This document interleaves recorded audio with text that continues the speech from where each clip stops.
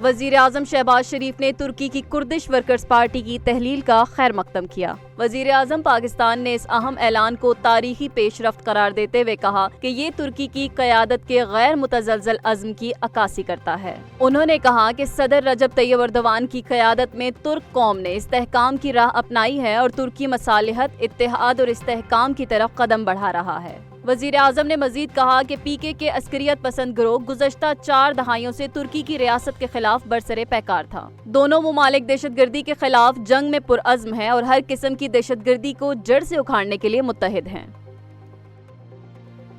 وزیر اعظم شہباز شریف نے آئندہ بجٹ میں پیداواری اور تعمیراتی صنعتوں کے لیے ریلیف فراہم کرنے کی ہدایت جاری کر دی۔ وزیر اعظم کی ہدایت کے مطابق صنعت کاروں کی تجاویز کو مد نظر رکھتے ہوئے ریلیف کے اقدامات تجویز کیے گئے ہیں۔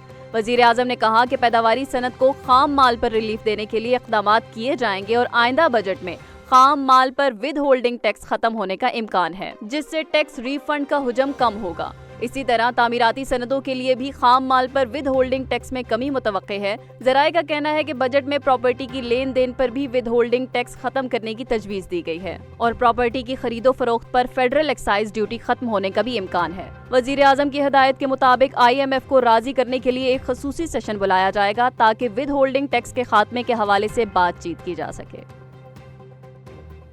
وزیر خارجہ اسحاق ڈار سے برطانوی وزیر خارجہ ڈیوڈ لیمی نے رابطہ کیا ہے۔ دفتر خارجہ کے ترجمان شفقت علی خان کے مطابق دونوں رہنماؤں نے خطے کی تازہ ترین صورتحال پر تفصیلی تبادلہ خیال کیا۔ ڈیوڈ لیمی نے پاکستان کے علاقائی امن کے لیے کوششوں کو سراہا اور دونوں ممالک نے باہمی دلچسپی کے شعبوں میں قریبی رابطہ برقرار رکھنے پر اتفاق کیا۔ وزیر خارجہ اسحاق ڈار اور برطانوی وزیر خارجہ نے دونوں ملکوں کے تعلقات کو مزید مضبوط بنانے پر بھی زور دیا۔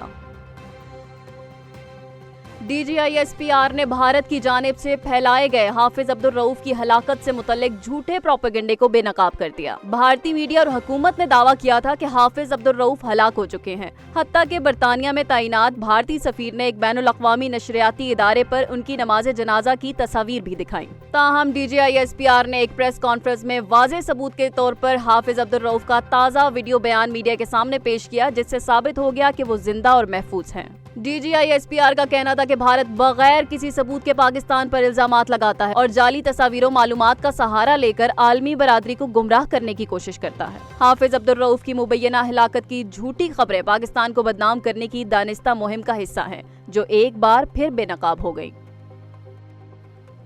بھارت کی جانب سے پاکستان کے خلاف جاری جارحیت کے دوران جعلی خبروں اور ویڈیوز پر مبنی گمراہ کن پروپیگنڈا بے نقاب ہو گیا۔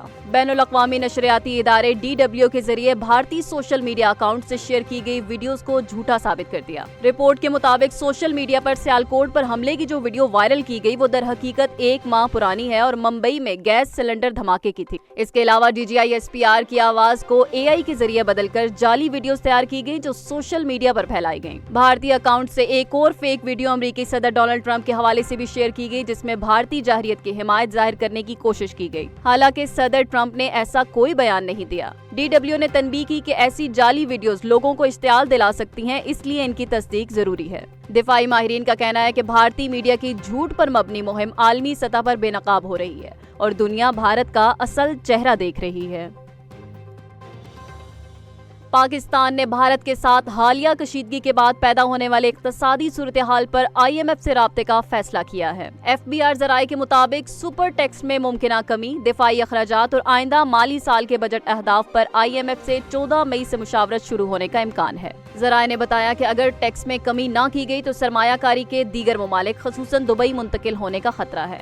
فی الحال بڑی صنعتوں پر 39% تک ٹیکس عائد ہے، جس میں 10% سپر ٹیکس شامل ہے۔ ایف بی آر کے مطابق tax to G D P شرح 8.8% سے بڑھ کر 10.4% تک پہنچ گئی ہے اور آئندہ سال کا ہدف 11% مقرر کیا گیا ہے۔ ذرائع نے یہ بھی بتایا ہے کہ بھارت سے حالیہ کشیدگی کے نتیجے میں دفاعی اخراجات میں ممکنہ اضافے پر بھی آئی ایم ایف سے گفتگو کی جائے گی۔ چین اور امریکہ نے تجارتی کشیدگی میں نرمی کے لیے اہم پیش رفت کا اعلان کر دیا۔ دونوں ممالک نے ایک دوسرے پر عائد کچھ ٹیرف 90 دن کے لیے معطل کرنے پر اتفاق کیا۔